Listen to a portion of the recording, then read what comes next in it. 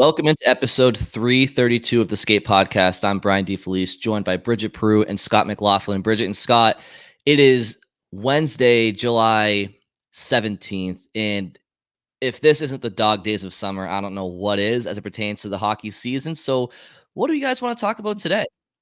Just dog days of sports in general. Like we're waiting for the Olympics to start, which I am excited about. But you know how I realized like we're really in the dead zone? I was flipping through channels earlier and I was like, maybe I'll watch some of the Celtics Summer League game. And then I was like, oh boy, this is sad. This is sad. Like there's nothing going on. You watched the MLB All-Star game, Home Run Derby? I watched the game. I did not watch the Home Run Derby. But I watched a clip of the national anthem. Oh yeah, that was brutal. Oh my god, what was that all about? She checked herself into rehab after that. She said so drunk. Oh, okay. See, I guess I'm getting a little old because I'm not keeping up with the current events. But I saw that clip and I was like, I guess now it makes sense though. Yeah. No. At first you're just like, oh man, like she just had an off night.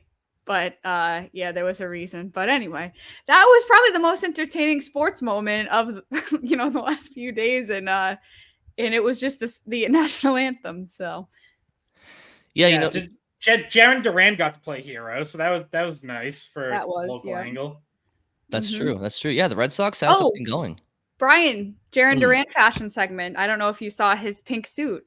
Oh yeah, I did not. No, you want to inform me? And others? I mean, I'm going to text you it. It was something. Okay.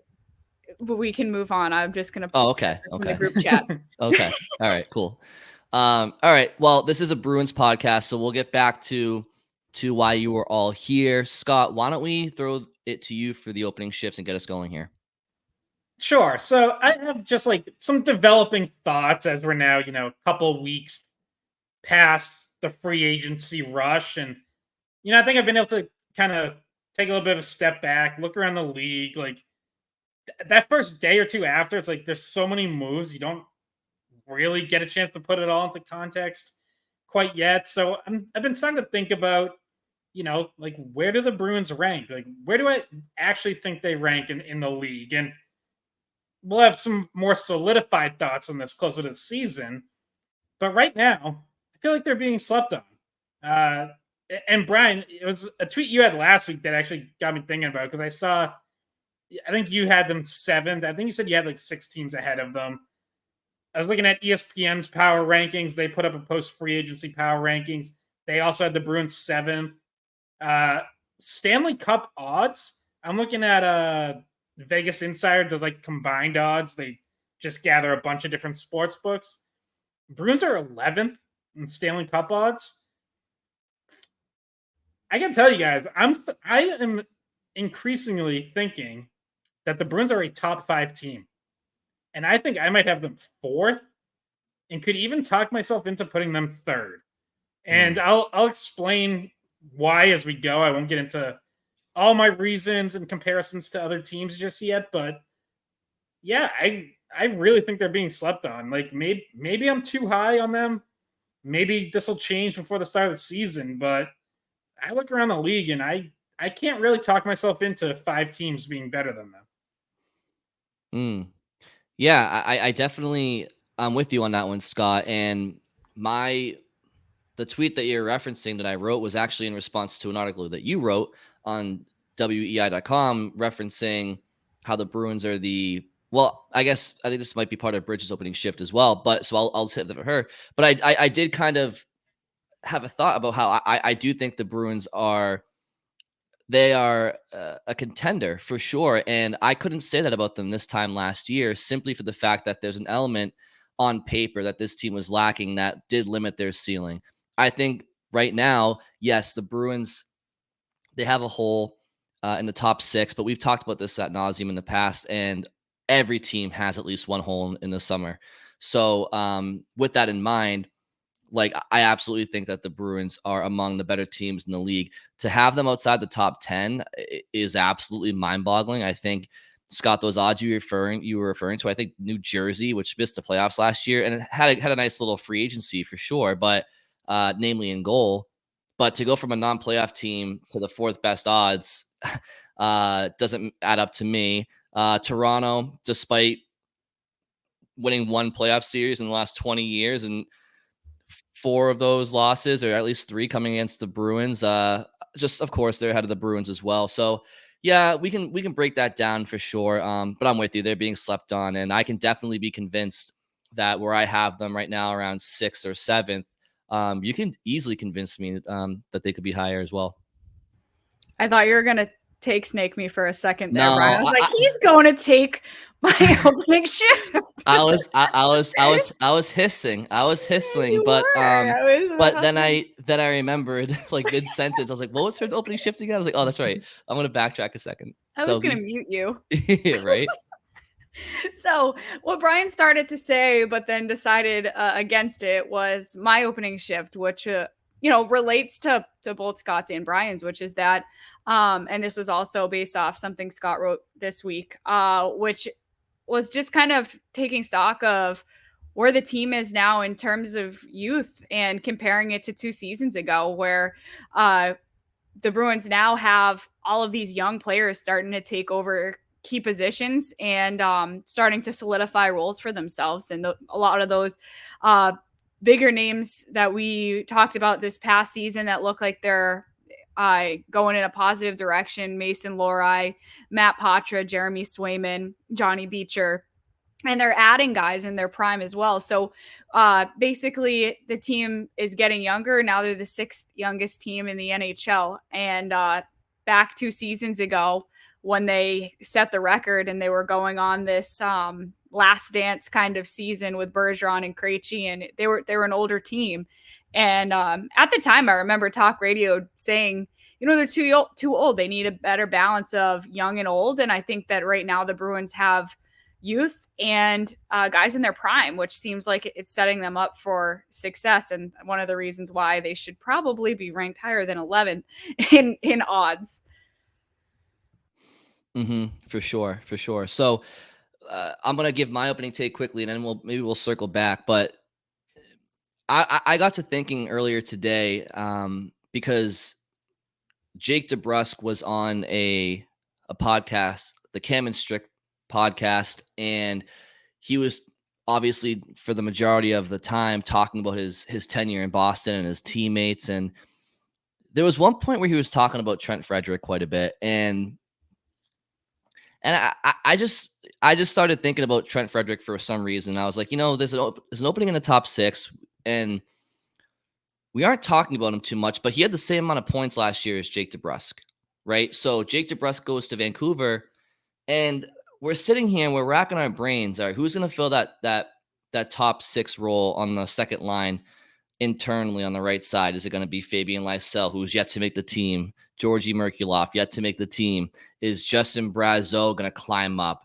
Is Morgan Geekie going to climb up? And is Matt Patra going to slide to wing? And we have mentioned Frederic's name, but yeah, again, he had the same amount of points as Jake DeBrusk last year. And it wasn't too long ago where, myself included, a few years back, was pretty close to being done with Trent Frederic. He had been around at that point for like 4 years, and he maybe had like 15 NHL points to his name. But the last 3 seasons, he scored 18 points, 31 points, and 40 points last year. So the last 3 years, he's upping his offense, close to 10 points on average. And I'm just thinking to myself, okay, clearly he's naturally slotted on the third line right now, but he's primarily playing 5-on-5 shifts, maybe some PK, but no power play time really. A little bit here and there, but nothing significant.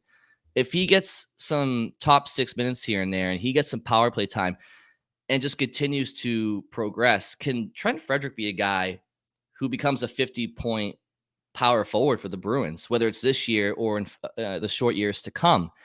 And I think that question also just kind of goes towards other younger players too. Like, what players, in addition to Trent Frederic, could we see excel and maybe kind of have a coming up party of sorts this year for the Bruins? And I just think it's a conversation worth having. And Trent Frederic's not really a name that gets talked about all too much. And I'm wondering if he might start to change that going forward.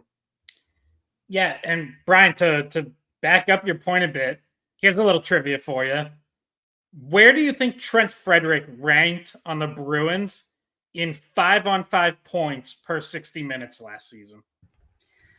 Well, all right. So he didn't pretty much get any power play time. So that means most of his points were 5-on-5.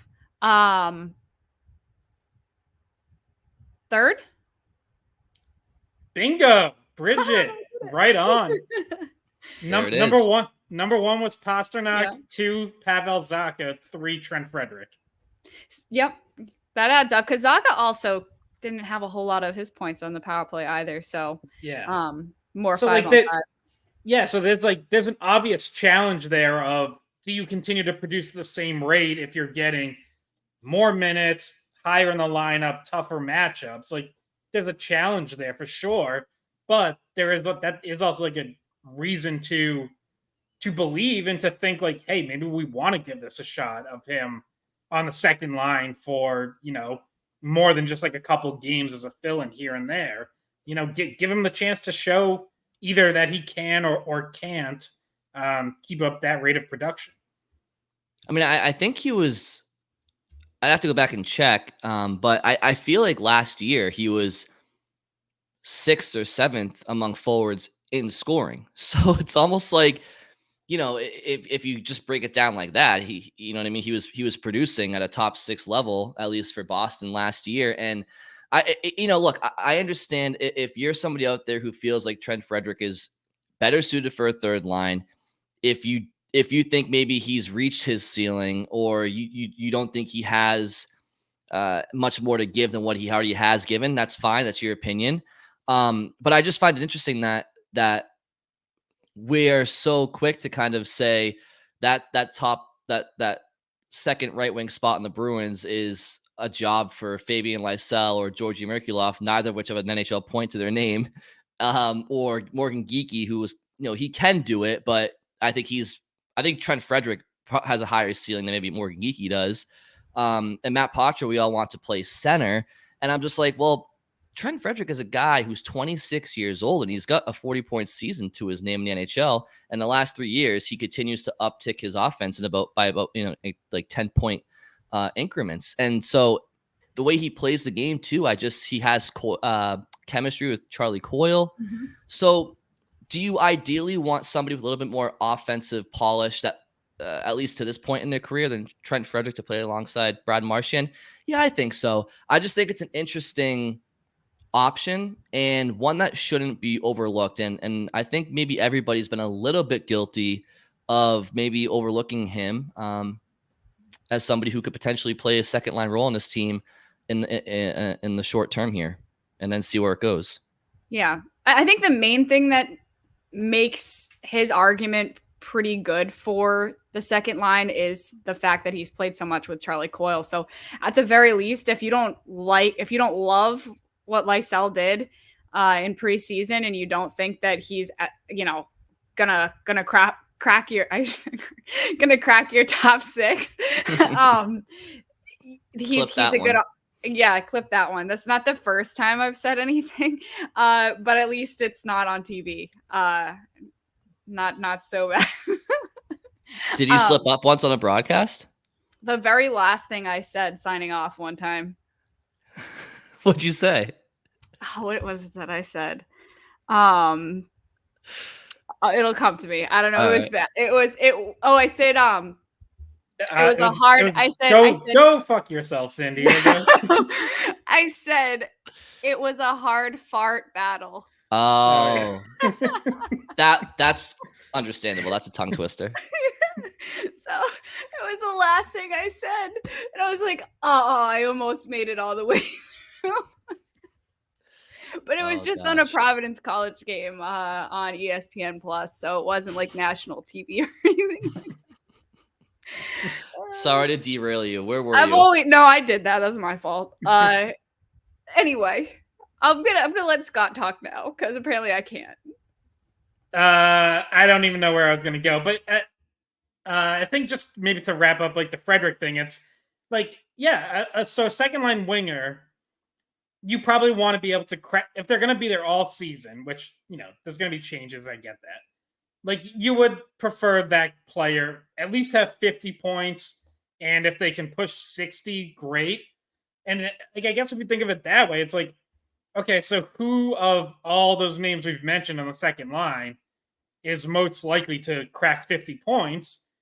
And Brian, to your point, like, Frederic's already made jumps, up to 30 or 31 or whatever it was 2 years ago, then up to 40.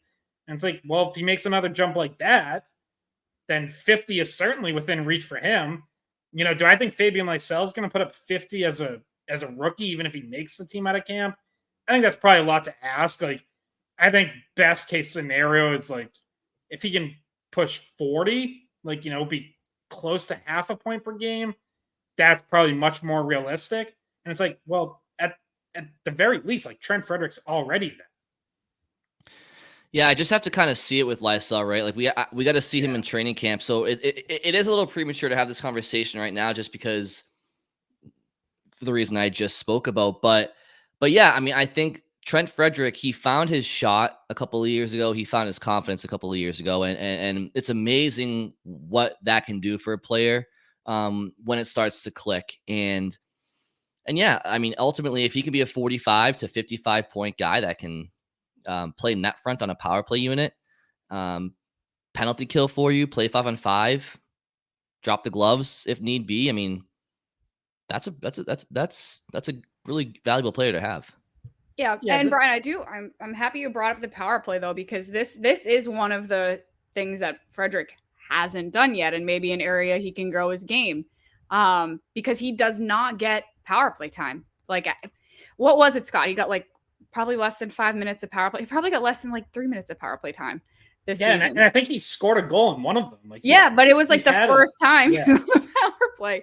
So I mean, his power play goals per minutes on the power play is probably really high up there. But and by the way, there is going to be an opening in the net front position on the power play. Like, James Van Riemsdyk got the most time there last year.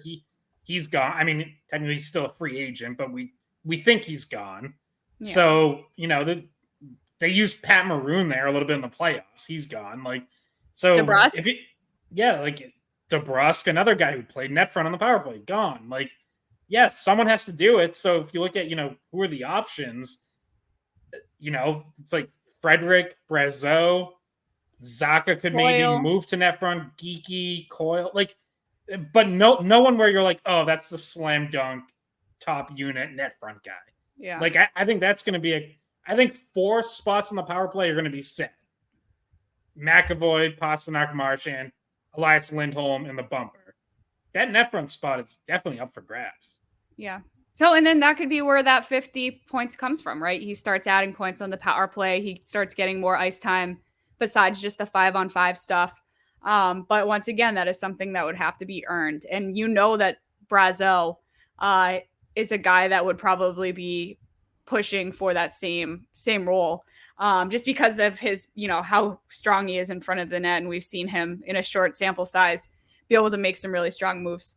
And he's a big guy. So I don't know if you guys had any more thoughts on Frederic, but if you wanted to get into my opening shift, which was about the youth of the team, the Bruins have been trying to get younger. They've had to for cap reasons, but they've also, for a long time, we weren't seeing a lot of openings for young players. And to their credit, they really came in and took those spots. Like Fabian Lysell has yet to do it, but Matt Patra came out of camp last year and he did it. And he took the spot. We know about the injury. And as soon as Mason Lohrei came up for the second time, it seemed like he wasn't giving that spot away. So, it's partially credit to young guys running with the opportunities and showing that they are ready for the NHL. But in general, the Bruins needed younger players last year with lower cap hits.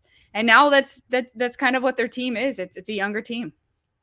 Well, and as I wrote, naturally they were going to get younger with Patrice Bergeron and David Krejci retiring. Like, you're always going to get younger after that.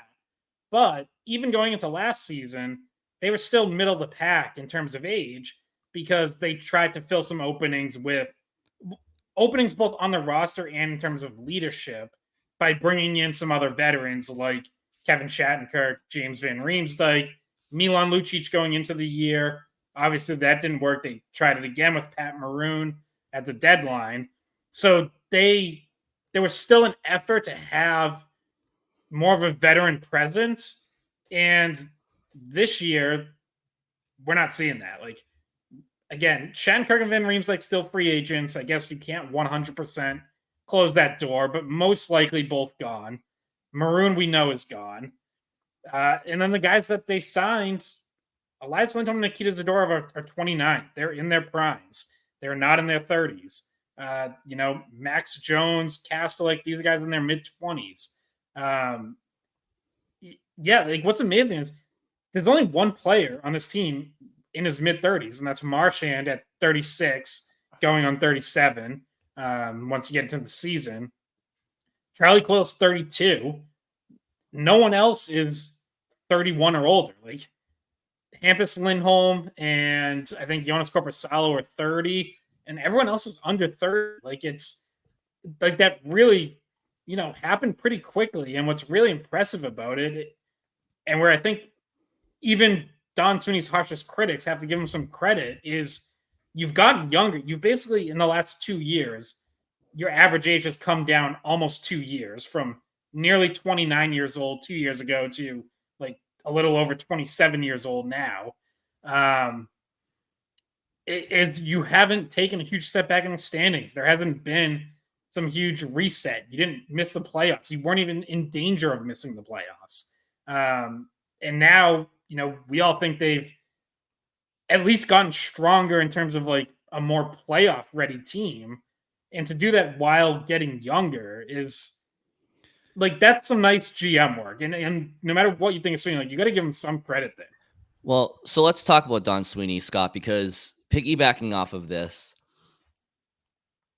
the Bruins lost to the Florida Panthers in April of 2023 after having the best regular season in league history. So that was 15 months ago? There's 17 players that were on that Boston Bruins team that are no longer a Boston Bruin. Now, some of those players were Craig Smith, for example, was shipped out at the trade deadline. Mike Riley was down in Providence for most of that year. And then other players like Orloff and Hathaway and Bertuzzi, they were trade deadline acquisitions, so they weren't there the whole time. But the point I'm trying to make is that there was a lot of turnover. There's been a lot of turnover on the Bruins in the last 15 months. Yes, you lose Krejci and Bergeron, namely, but you also lost Taylor Hall, which was a big loss in the top 6. Tyler Bertuzzi was a guy that they probably would have liked to have kept if things worked out. And there were holes that had to be filled. Linus Ullmark now is no longer a Bruin. We're yet to see the Bruins without him, obviously. But my point is, it's not that long ago that all these players were wearing the supposed to be. They've been gone since, and the Bruins were able to finish with a top 5 record in the league, top 10, obviously, certainly, and win a playoff round.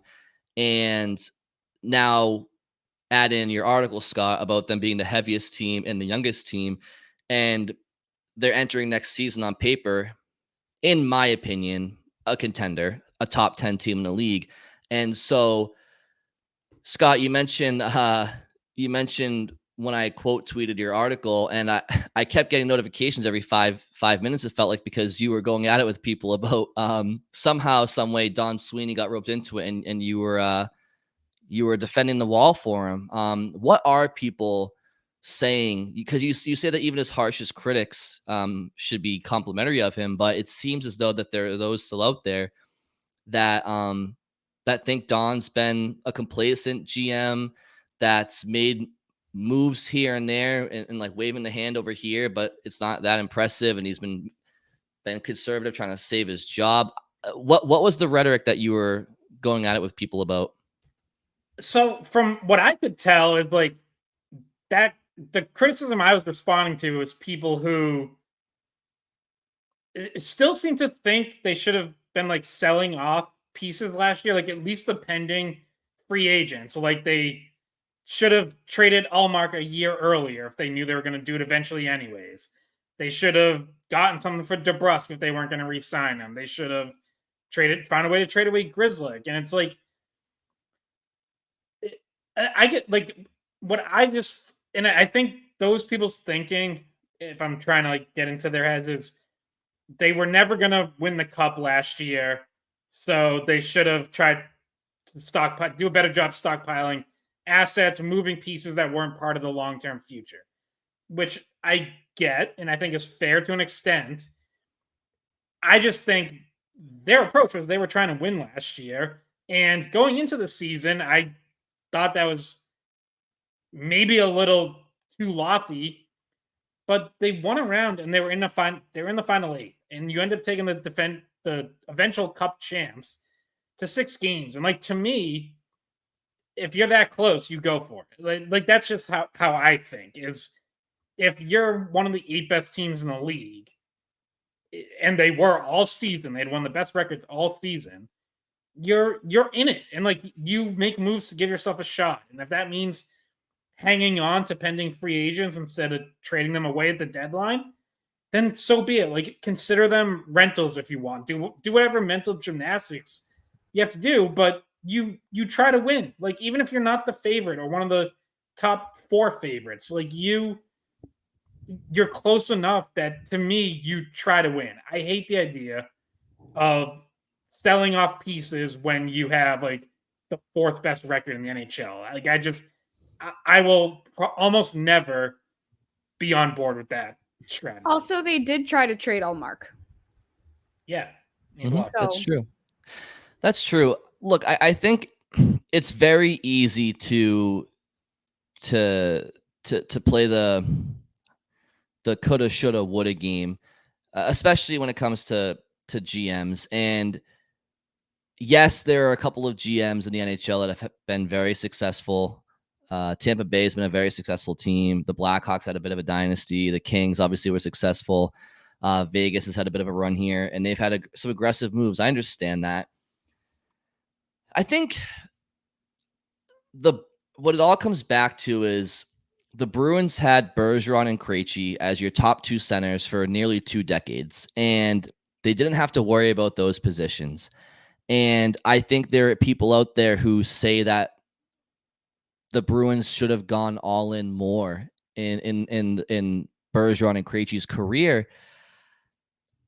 I feel like that's a conversation for a different podcast, because I feel like there's been 5 or 6 Bruins teams in the last 15 years that I think should have won a Stanley Cup, maybe more. Brian, did your mic break? No, I just didn't feel like leaning forward anymore. I'm getting I just started laughing because I was like, he's holding the mic so close to his face right now. It's like he's like Taylor Swift. He's like up there singing. Is it still related to Brian's tennis back injury?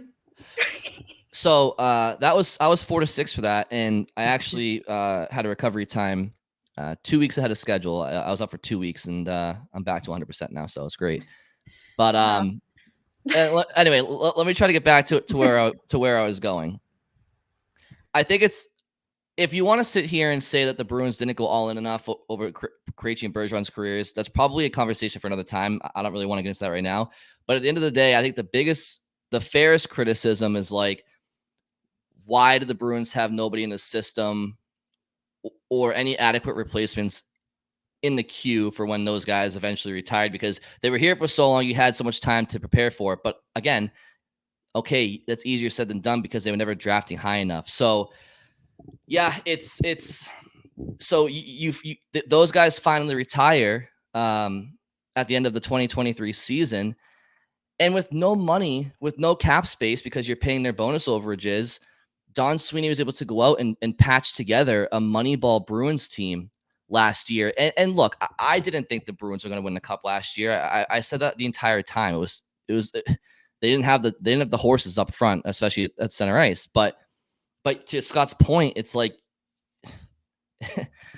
everybody has a boss to answer to. And if you're Don Sweeney, you're answering to Kim Neely. If you're Kim Neely, you're answering to the Jacobs. It's like when you have that record, you can't sell pieces because at the end of the day, you never know in sports. And I just feel like when Don Sweeney had no cap space to go out after he lost all those players after the 23 season, including some high-end positions, and he moneyballs together a roster that wins a playoff series. And then heading into this year, he makes the free agency additions he had to make. And the team's looking like they're in a good place going into next year to compete for a Stanley Cup. Yeah, there's things to complain about here and there, but I just feel like it's not really fair to Sweeney to sit here and to blame him because I feel like he's done a pretty damn good job and he's had his faults, but no GM is really perfect, are they? No, and I think this ties into what Scott's opening shift was, which is certain people are underestimating the moves that were made and the team that they have. I mean, when you look at the Bruins decor, to also tie it into their youth, like you look at it's a fast decor. I mean, it's Lindholm, McAvoy, Zadorov, Carlo, Lohrei, peak. That is a good mix of guys that have been there, done that, but are still in their prime, and guys like Lohrei and Witherspoon who are young. And maybe people are underestimating the team because they're young. Because I mean, I understand sometimes being youthful isn't a good thing. Like sometimes that means that you're missing veterans and you're missing people that can lead you along the way, or you want to maybe be a few guys, like not have to fill in a second line spot with someone like Fabian Lysell, who's never been in the NHL before. But I think that all three of us agree that for the most part, the fact that they're younger is a good thing. I don't know if you guys have any concern about how young they are. I mean, I guess if you're stuck putting a younger guy in a position they're not ready for, you're maybe in trouble. But it doesn't look like they have to do that, because if Lysell isn't ready, he just won't be up. Right. And like they can plug that second line spot enough to hold them over to the deadline, where like, Trent Frederic or Morgan Geekie, they might not produce as much as you want someone in that role to, but they're not going to be overwhelmed by getting top 6 minutes. Like both of them did it last year at times. So, you're right. You don't have to you don't have to force anyone into a bigger role than they're ready for. Even Lohrei on the back end, like I think he could have been ready for top 4 minutes right from the get-go this year, based on how he finished in the playoffs. But now by signing Zadorov, you don't need to do that with him. If he needs a little more time and he needs to play third pairing minutes for a bit to get into the flow of the season, you can do that just fine. Like that, perfect. One other thing I was going to say, because Brian, you sort of reminded me of this. One of the other criticisms I was responding to, someone's saying like Sweeney hasn't been able to pull off like the big blockbuster like Vegas did for Eichel and Florida did for Tkachuk, which were obviously huge parts of these last two Stanley Cup winners. And it's like, okay, if that's your criticism, then sure, I guess. But literally 2 out of 32 general managers have made those trades. And at the time Eichel got traded, you still had at least a couple years of Bergeron left. It was risky because he was having a neck surgery that had never been done on an NHL player. And you probably didn't really have the assets that Vegas did. Now, Vegas obviously won that trade, like going away. But at the time, it was Alex Tuch, good young player who had already produced in the NHL. Peyton Krebs was a top prospect who still has not totally panned out yet. And then there's like at least one first round pick in there. So like that was a lot at the time. Matthew Tkachuk, you would have had to trade Pastrnak or McAvoy. So if you said at the time that you would have done that, and you think the Bruins would be in a better position now, okay, fine, you can stick to it. I know I was saying I would not have done that at the time. Like I would not have traded Pastrnak or McAvoy for Matthew Tkachuk at that time. And maybe I should have. Maybe Tkachuk would do here what he's done in Florida and you'd be the Cup champions. But, I'm like, I can't sit here and second guess something that in real time I was saying I wouldn't have done. Yeah, and Don Sweeney's been the GM of the Bruins for almost a decade at this point. So there's so many individual moves or lack thereof that you could nitpick. But in general, if you look at his trade deadlines as a Bruins GM, right? His first year as GM, the Bruins had a bridge roster, so I don't think anybody wanted them to go all in because I think their big move was Drew Stafford, and it's like, and I think everybody was okay with that because like that team had a ceiling. We all knew it. Was that also the Lee Stempniak year? I think that may have been the year following. Actually, Okay. Stempniak did have 2 stints in Boston, though people forget the second one. But so Sweeney's second year, the Bruins did have a good team. It was 17-18. It was the year that McAvoy, DeBrusk, Danton Hine, and Matt Grzelcyk burst onto the scene. Brandon Carlo, I think it was his second full season. And at that deadline, the Bruins went out and got Rick Nash. Now, at the time, Rick Nash, yeah, he was on the backside of his career and clearly never played again following that season due to concussion issues, but he was a big name. He was a big name and certainly slid on that second line with Krejci and DeBrusk. And to have that as your second line with the Bergeron, Marchand, Pastrnak line, that was a damn good top 6. Now, Tampa Bay won that deadline by getting Ryan McDonough and I believe JT Miller from New York. And it felt at the time like Rick Nash was kind of a consolation prize. So if you want to say he lost that deadline to Tampa Bay, who ended up beating you that year, go for it. But the following year, you bring in Charlie Coyle and Johansson. Yeah. And like that was huge. You that third line was massive, got you to game 7 of the Stanley Cup Finals. And they were a huge part in that run. So it's tough to criticize that year, even though I know that their second line had Carson Kuhlman / David Backes, and that was not ideal. So, and the 1920 season, you get Richie and Kasha, didn't turn out too well. Then you get Taylor Hall the following year, and then 22-23, they did go quote unquote all in. So if you want to sit here and criticize that Don Sweeney didn't go all in enough, or at least outbid other GMs along the way, again, it's subjective. You can have that claim. I just think it's, to say he's not been a good GM for the Bruins overall, I just think is a little bit unfair. And yeah. Yeah. And then Scott will argue with you on Twitter about it.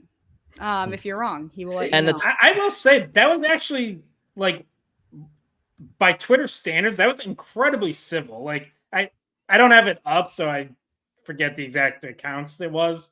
If they're listening, thank you for like actually debating like a normal person and not after like the second tweet just calling me like, a dumbass or something much worse than that. So yeah.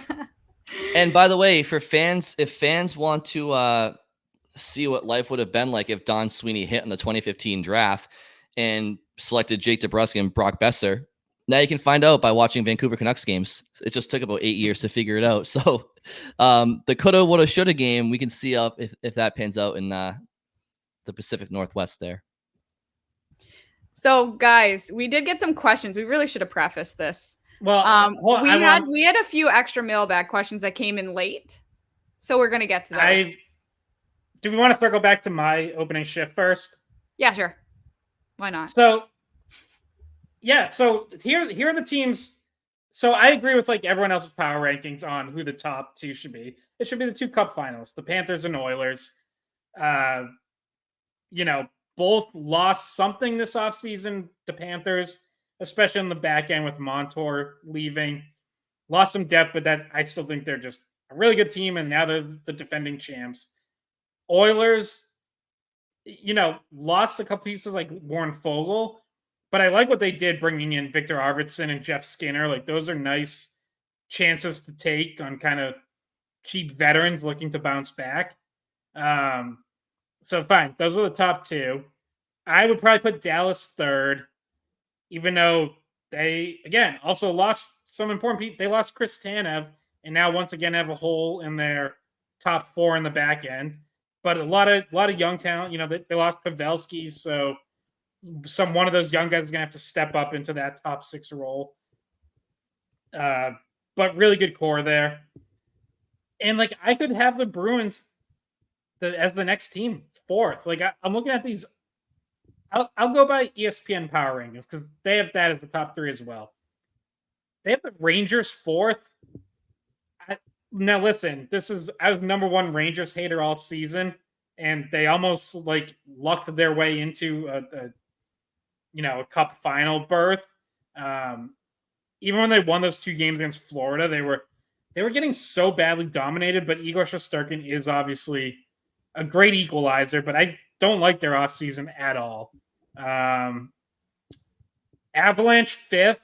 Now that depends on what happens with Gabe Landeskog and Valeri Nichushkin. Because if those guys are both playing, then yeah, they're ahead of the Bruins. If they're not, that team has some pretty glaring holes. Yeah, and Valeri Nichushkin we don't know what's going on with him and his. This was like, how many times has he been sidelined for? This was like it was not his first. No, it was at least his second. Yeah. So he's out for indefinitely as of right now, right? Yeah, I mean it's completely off ice stuff that he's got to figure out. Going into the player assistance program. And Landeskog obviously missed all of last year. Has said he's not retiring; he's trying to come back. But you just don't like a player at that age dealing with such a significant injury. Like you don't know what you're going to get. ESPN then has the Carolina Hurricanes sixth. I don't know, guys. Like I was high on the Hurricanes last year. I picked them to go to the Cup final going into the season. I can't worry about the Hurricanes anymore. Like I'm out. Like I just think that core has kind of missed their chance, and now you lose Shea and Pesce. They lose Gensel. Like Teravainen's gone. I think they lost a lot. Even like Stefan Nazin is a really good depth player that they lost. I am not in on the Hurricanes this year. And then they have the Bruins seventh. Now I could see an argument for Nashville after their big offseason. Vancouver, I think, is still going to be really good. Toronto, I don't know. Maybe they got marginally better with Tanev, but I would still very much have a lot of questions about that team. New Jersey definitely got better, and they're going to be a playoff team, but I'm not putting them above the Bruins like the betting odds are. Vegas, Tampa, I think both have lost a lot. You never want to completely rule either of those teams out, but Cap finally caught up to both of them. Really Vegas over the last 12 months. Vegas still has a damn good blue line now. Very good blue line. If you look at them on daily faceoff, I know they've lost some pieces. They're still deep up the middle. They still got a really solid blue line. Sorry, I didn't mean to derail you, but yeah, ultimately, Scott, like you're right. I mean, I don't really have a defend. I have my 10 top teams, I believe. Florida, Dallas, Colorado, Vegas, Edmonton, Rangers, Boston, Toronto, Nashville, Tampa. The order I'm still figuring out. But I could see the Bruins. I think there's a case to be made for the Bruins to be no lower than 7th. But certainly as high as 4th. I think 4 to 7 is very much legitimate. To have them outside the top 10, I just think is insane. It's insane. Yeah, well, the season that they had the best season of all time, we were going through preseason, we were giving our rankings, and we had gone through some other outlets' rankings, and a lot of them didn't even have the Bruins making the playoffs. With that team that had a record-setting year. But yeah, no, that seems. I would just love to know how they could figure the Bruins were that far down the list. Like I don't get it. Well, and by the way, and like I've made this point before, I could absolutely see the Bruins having a worse record this season. Like I could see them having fewer points. Yeah, because they don't have 2 goalies that go back and forth, right. But they still have, Swayman.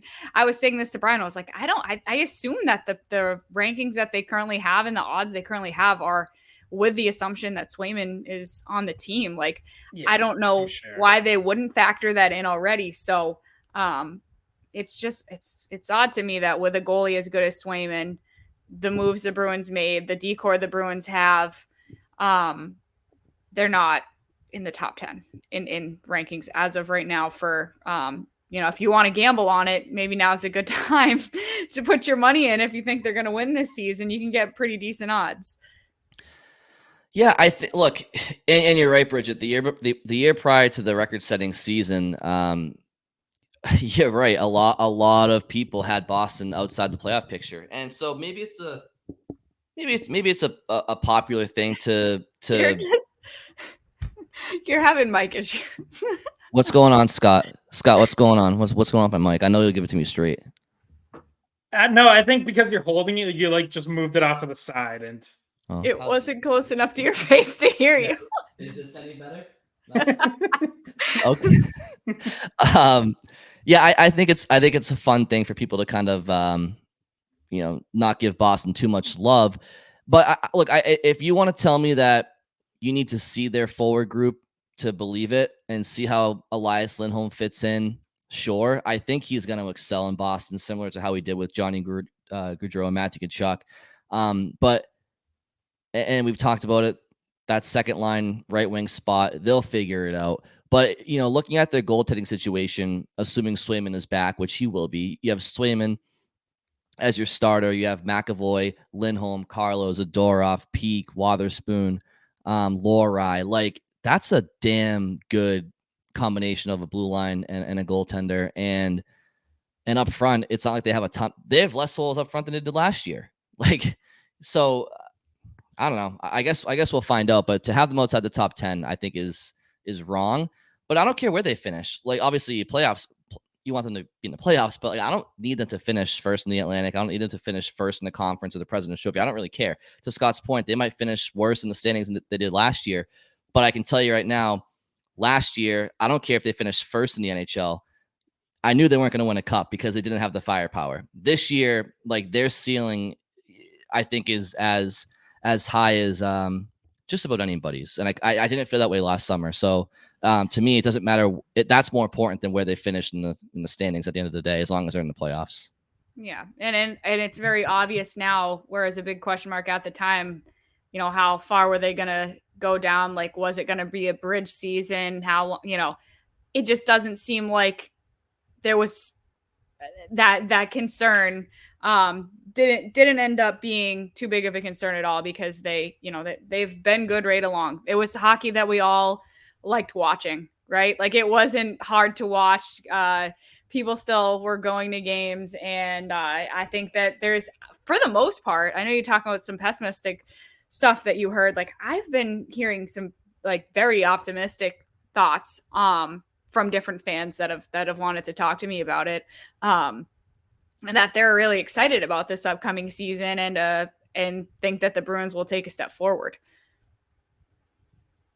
Yeah, I think, yeah, there's more optimism locally than there seems to be nationally, and I feel like sometimes that's flipped. And I think part of that is, I think I think we're getting a good idea of what it takes to win the playoffs, and that might not always line up with what putting up a ton of points in the regular season looks like. And I think nationally, like, I looked at The Athletic does like a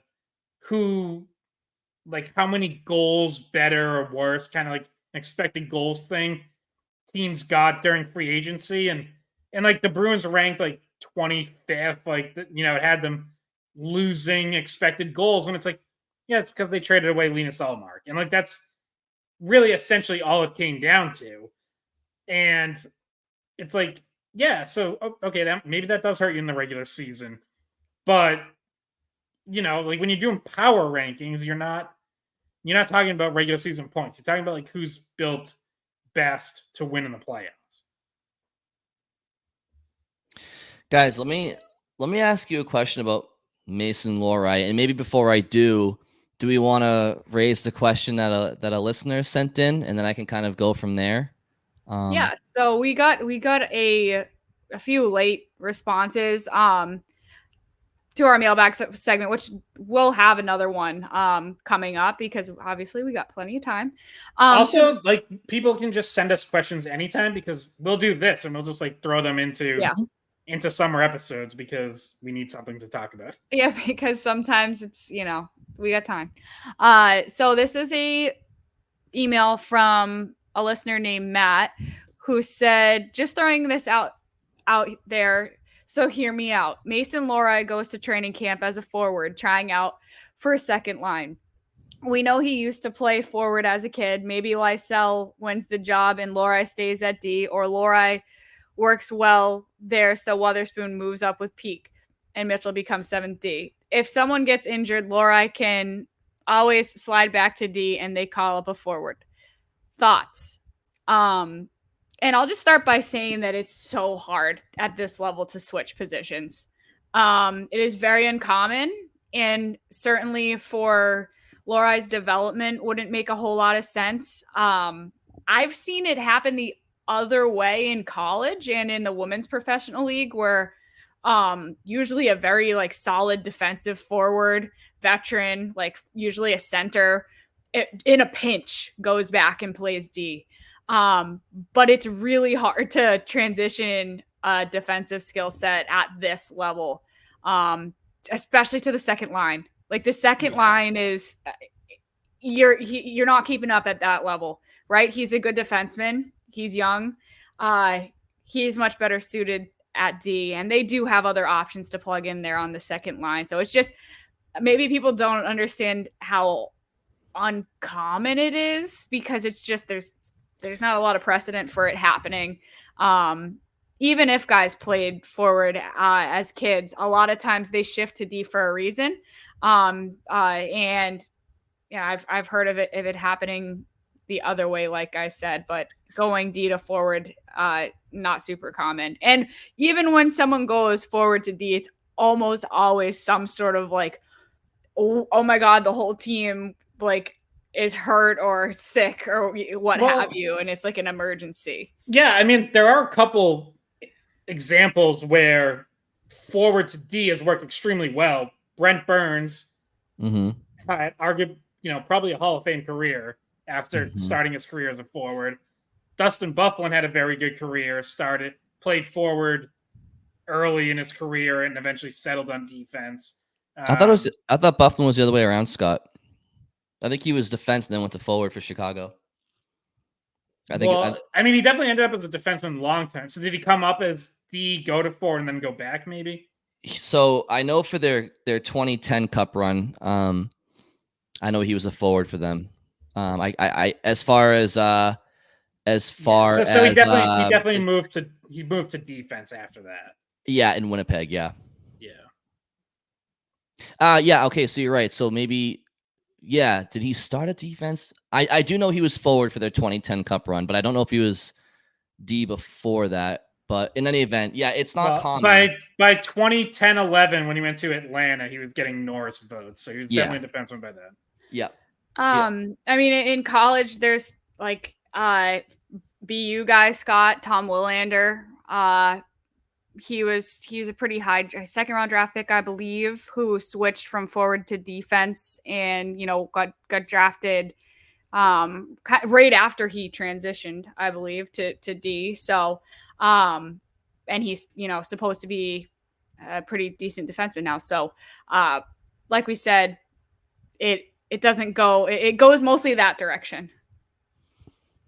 So as it pertains to Lohrei, I mean, I hate to kind of give a unsophisticated answer other than I don't think so. Like, I don't want to see it personally. I appreciate the outside the box thinking. I don't think it's necessary, and I don't think it's you don't want to mess. You don't want to mess with a young player's development. No, Yeah. And also like you need him on D. More than likely, he's for a lot of reasons a better fit there, and you're more likely to want to shuffle things around there, where try different pairs and get them as much ice time as you want to help them develop. But it also, in this situation, it would really be like a huge knock on Fabian Lysell. Like to lose your, like a spot that you're trying out for to a defenseman would be like, I mean, if I was Lysell, I would ask for a trade at that point.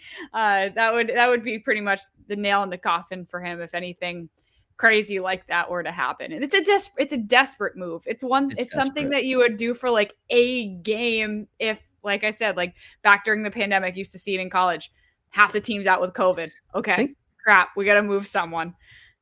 I think Torrey Krug may have played like one game at forward for Boston one year, just in a pinch. I think Dan Heinen played defense for a little with Boston. Yeah, Trent and I played defense in overtime in 3-on-3. No, and in college. Oh, okay. But also there's huge value in adding offense from the back end and transitioning the puck, and obviously that's what Lohrei's bread and butter will be. And to that point, guys, what I wanted to ask about Mason Lohrei is, what do you think his offensive ceiling could be? We can keep it to next season, but throughout his career in Boston in general. And let me just give you guys a couple of quick numbers here, because last year he had 5 goals, 12 assists for 17 points in the first 52 games of his NHL career, regular season, postseason combined. And if you drag that out over 82 games, that's 8 goals, 19 assists for 27 points. Last year, Hampus Lindholm had 26 points, and Charlie McAvoy had 47. So last year, Lohrei would have scored 27 points theoretically if he played all 82 games. Next year, do you think somewhere between 30 and 40 is realistic? And do you think there could be a day where he is ahead of Charlie McAvoy in defensive scoring for this team? So I think topping 30 points is realistic. Like if I had to project, I'd probably put him just over 30. That seems reasonable to me. If he got to 40, that would be fantastic. Like, I think if you get half a point per game from a defenseman in like his first full NHL season, that's outstanding. I think probably lower 30s is more realistic. But yeah, longer term, like he absolutely can grow to 50 points. I think for him to pass McAvoy, what probably has to happen is he probably has to take over the top power play job, QB1 on the top power play. If he does that, I think that's where that switch could happen. But what if we like change the question to just 5-on-5 scoring? I'm gonna be on. I'm muting myself. I don't have defenseman 5-on-5 numbers in front of me, so no. I'm saying like if the question is 5-on-5, could Lohrei have more points than McAvoy in the future? Just to take the special teams part of it out of it, because if one guy gets more power play time than the other, because that obviously tips the scales one way or another. But yeah, Scott, you don't have to look it up. I'm talking about future stuff. Yeah, obviously, yeah, you could. So Scott's sweating bullets over there with that question. He's like, why did you ask that, Bridget? Well, what I'll say about Lohrei, I'd give him that exactly 0 thoughts. I don't have an intelligent answer. So what I'll say about Lohrei is that he's not shy to shoot. Right from when he started to find his confidence, he's looking to score. He's not just looking to play defense. He's transitioning the puck. He's taking shots from the point. There was times where he drove to the net, around the net, found himself out in front. He is offensive minded. And if he's put in the right situation on the right pair where he's allowed to play a little bit more free offensively, he does definitely have a higher offensive ceiling. I think that Bruins fans saw that last year already, and we're getting really excited to see him start scoring and start getting involved in the offense, because it looked like his all-around game was starting to round out there in the playoffs, and it was fun to watch when he was trying to jump into the offense, and it doesn't seem like it's something that's foreign to his game.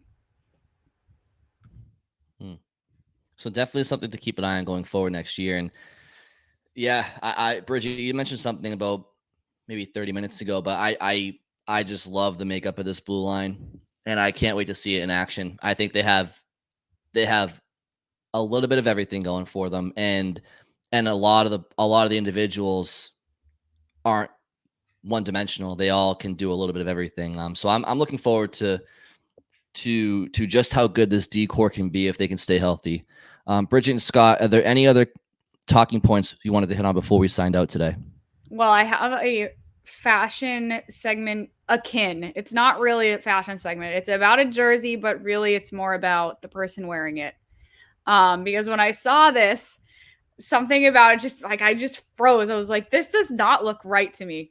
And I want to get your opinion on this. So I'm just gonna hold it up, right? First thoughts when you see this person wearing this jersey. It is Steven Stamkos in a Predators jersey. And for some reason, it just looks so wrong to me. And that's because I'm used to seeing him in blue, and we're used to seeing him in a Tampa jersey.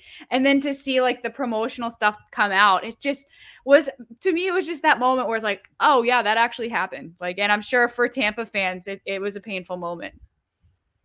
So Scott, I don't know about you.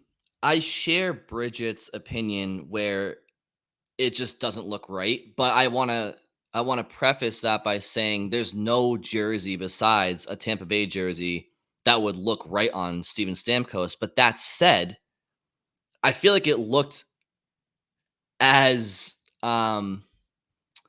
non-weird as one could look. I don't know how to describe it. I don't know if it's like because Tampa's all blue and Nashville's all yellow, like just like, or because Nashville's like not a original six team or Canadian market where there's a ton of history. It's kind of just like go there and have fun and like go have a ball in Nashville. Like everybody kind of likes the Predators. Like I'm not sure what it was, but it didn't. I kind of liked it. To me, that's what makes it so weird, is because it's so far from what we've like the color, but also the conference, and just I don't know. To me, it'd be like putting Patrice Bergeron in a Dallas Stars uniform. Like, First off, how dare you? Yeah, exactly. It's like what would you think if you saw him wearing green and on a star on his chest? You're right. Like, yeah, obviously Stamkos in any other jersey is gonna look very weird. But I am also kind of with Brian here, where like even right from the moment he signed there, like something about it, I'm like, okay, obviously him staying with Tampa his whole career is what made the most sense. But very quickly I was like, it just fits. Like Nashville's, that was a good landing spot for him. Like it does kind of make sense in my head for some reason, and I don't really know why, but like that just kind of felt as close to natural as you could get without him just staying in Tampa. Yeah. And I just like I was taken aback. I was just like it wasn't real. Do you think Ryan McDonough regrets requesting a trade out of Nashville and going back to Tampa now? I don't know, but I mean, yeah, I mean, they wouldn't have been able to sign Stamkos if they still had him. So yeah, I mean, yeah, like I said, there's no jersey aside from Tampa that would look right, but yeah, Scott. Well, I mean, put it the way I wanted to, which is a little bit more. It looks as natural as can be given the circumstances, and it doesn't make for great podcasting, but I can't really explain why. It's not like if you went to Montreal or Chicago, like something about it would have just been. I think it's because everybody unanimously kind of like likes the Predators, and they're just minding their own business down in Tennessee and listening to country music after every goal. It just kind of, it's like, yeah, Stammer, go have some fun. Go and throwing catfish on the ice. And also maybe part of me is alleviated that he's not going to be in the Bruins division anymore. So I'm like, yeah, go to Nashville. Absolutely. Be my guest. Maybe if we see you in the Cup Finals, at least it means the Bruins had a great year. Well, you know what this just made me realize I need to make a few more graphics. And that includes like making a big X mark to cover your faces when you're totally wrong about something. So I'm just gonna, but it's probably gonna be like, for Scott, it's probably gonna be like this, but with just over him and with an X over it. But to our defense, though, we're not saying it doesn't look weird. We're just saying if he had to wear another jersey, it looks probably as not weird as it could, I think, is all we're trying to say. Right. But maybe if you're saying it doesn't matter what jersey he's wearing, like at all, like, I mean, I don't know. I mean, if he had to wear another jersey, I feel like the Nashville one looks as natural, like Scott put it. I don't really know what else to say besides that. So I guess and you put an X couldn't over even my explain face. it, so you know. Well, you can't explain it either. Yes, Let's just sign up. Go ahead. I already explained it. I have a couple quick You're getting hits it here now. just to touch on before we log off. So Scott Wheeler of The Athletic put out his every year. I think he does this twice a year, but he did it post draft. His top 100 drafted prospects, and doesn't count guys who've like already established themselves as NHLers. Obviously, Bruins had one guy on the list, Fabian Lysell at 88th, which I think, fans are probably going to read that and think that's hate. And The Athletic in general is usually pretty low on Bruins prospects. But the write-up was actually very positive and like praised Lysell, said he didn't take many shifts off in Providence. He worked to get to middle ice. He battled. He worked off the puck. He won pucks back. Like, it was actually, I think a pretty encouraging write-up from someone who, covers every team's prospects and, obviously at least tries to look at things pretty objectively. So I thought the write-up is certainly more encouraging than like if you just see Lysell ranked 88th, you think like, oh, that's not very high. But so that was one of them. And then the other thing I just want to touch on is news came out this week that Torrey Krug is dealing with the lingering effects of an ankle injury. It's like a pre-arthritic change in his ankle. And he's out indefinitely and could potentially miss the whole season, which just sucks. And I guess it's related to, he said it was related to an ankle injury early in his career.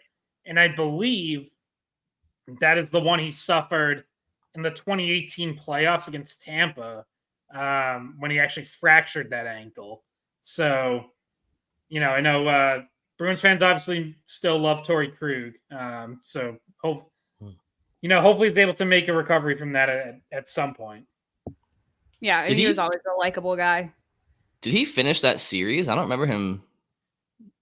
I think it might have been in the last game of that series. Oh, okay. Also very, very humble of Scott to not plug his cousin, who also signed a 1-year, 2-way deal for the Bruins, which is Marc McLaughlin. We should mention that quickly. What was it for? $775? Is that what it was? Yeah, 1 year, 2-way contract. So yeah, by the way, big news for the family. Big news for the McLaughlins. Mm-hmm. Yep. Big news for Borica. I got some chicken bites for everyone. But yeah, so he was there's now just one remaining unsigned restricted free agent, and that is one Jeremy Swayman. So still waiting on that. But part of me wondered, would Marc McLaughlin wanna? Now he's under team control. He's a restricted free agent, so it wasn't going to be this year anyways. But would he at some point want to look elsewhere, somewhere where he might potentially get more opportunity? But I also think it's worth bringing up because it's like that's another player who shouldn't be ruled out when we talk about young guys who might make a roster push. Like, let's not forget he has played 14 NHL games and he scored 4 goals. He played 1 NHL game last year and scored a goal. So, do I think he's a candidate for the second line? No. But do I think if someone else is sliding up and there's an opening in the bottom 6 somewhere, can he challenge for it? Absolutely. Yep. There's only one other thing. Oh, go ahead, Bri. No, I was just going to say I agree. I feel like every time he's had an opportunity to play with the big club, he's seized it. And seems like he's done everything within his control, at least when he's gone up to Boston. But yeah, it's been a long time though. Yeah, it has been a long time. Yeah, it's not like he's I mean, it's not like he was up and down or anything last season. Like he has not been around for quite a while. So that's the thing that's tough.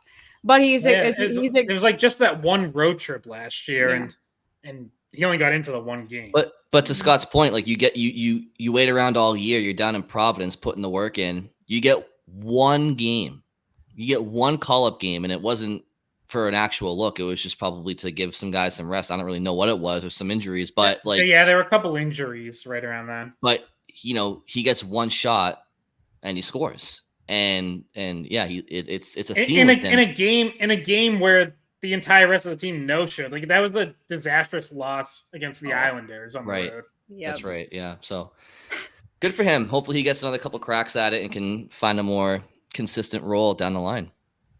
Mm-hmm.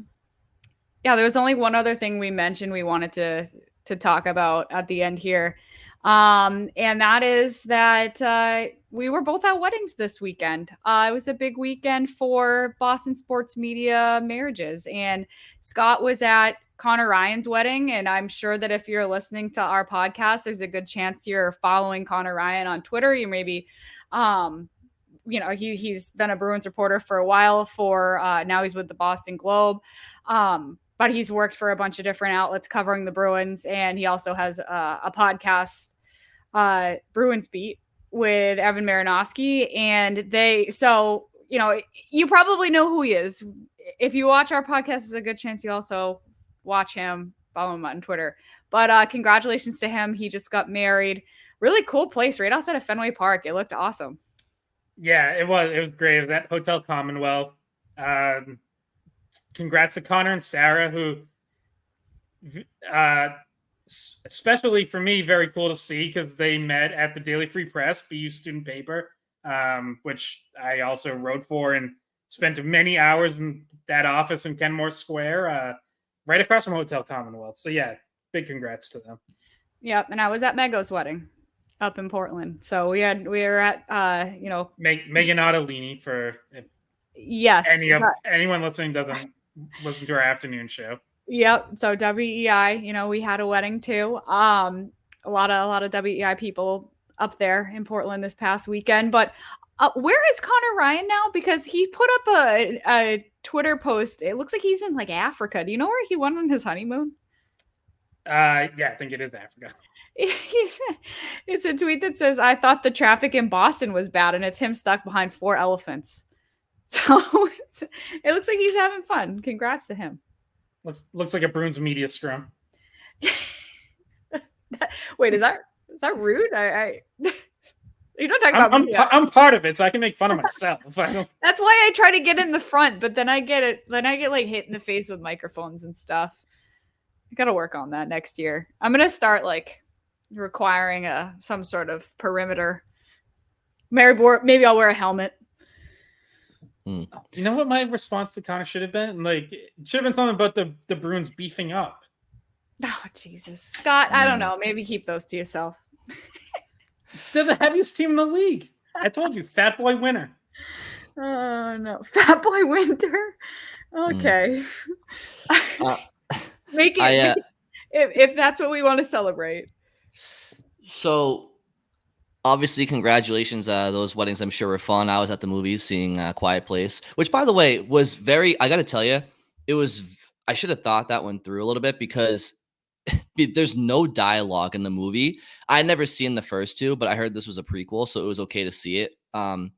And there's no dialogue, which means nobody in the movie theater is laughing or making any noise. There's no music in the movie. So every time I'm going for my bunch of crunch or my little, my candies, I feel like people are like going to yell at me to like, shush or whatever. It was definitely an experience. I don't recommend seeing those movies at a movie theater. Maybe watch them at home. I do. So I like all of those. And I got to say the first one's still the best in my opinion. And I saw that in a completely full theater. And I actually think it was like one of the best theater experiences that I've had. Like, because I can't remember ever being in another movie where there was like that much tension. It was like someone shifted in their seat and like people reacted. Like I love that. Like I love when there's like something that like forces the audience to be fully engaged. Have you seen the prequel, the latest one? Yeah. Yeah. So I haven't seen the liked it. first two, and I heard that the first one with John Krasinski was like much better. I don't know. So that was my weekend. See, I'm not a big movie person. The last movie I went to was Top Gun. Like, oh, that was like a while ago now.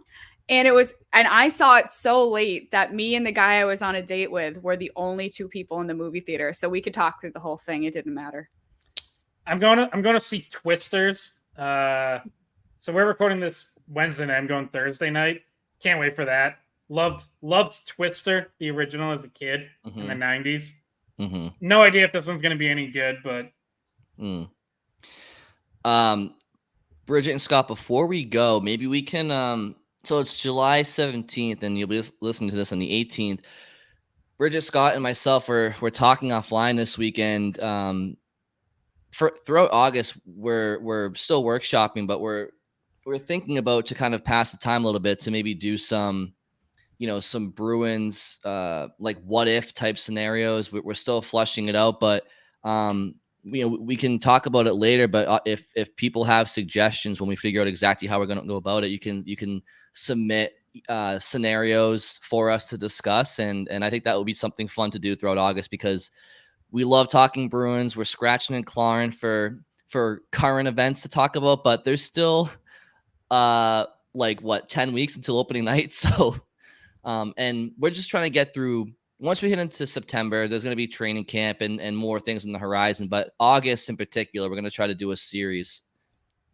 Yeah, and maybe have a little bit of a guest series as well. Maybe we can get Connor on and ask him about Africa.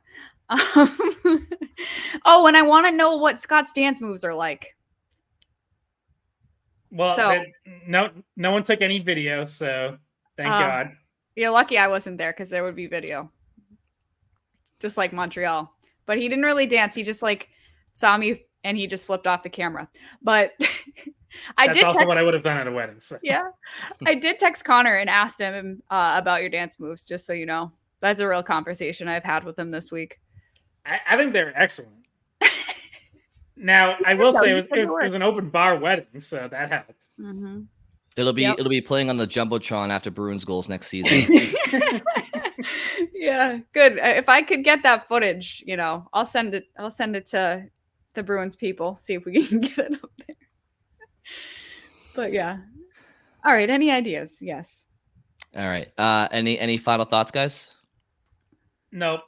I'm ready to go. We've been off the rails for a while now, so Scott's going to practice his dance moves. All right. Thank you all for listening. We'll talk to you very soon. Hey guys, thanks for watching the Skate Podcast. If you want to see more of our videos, visit our playlist.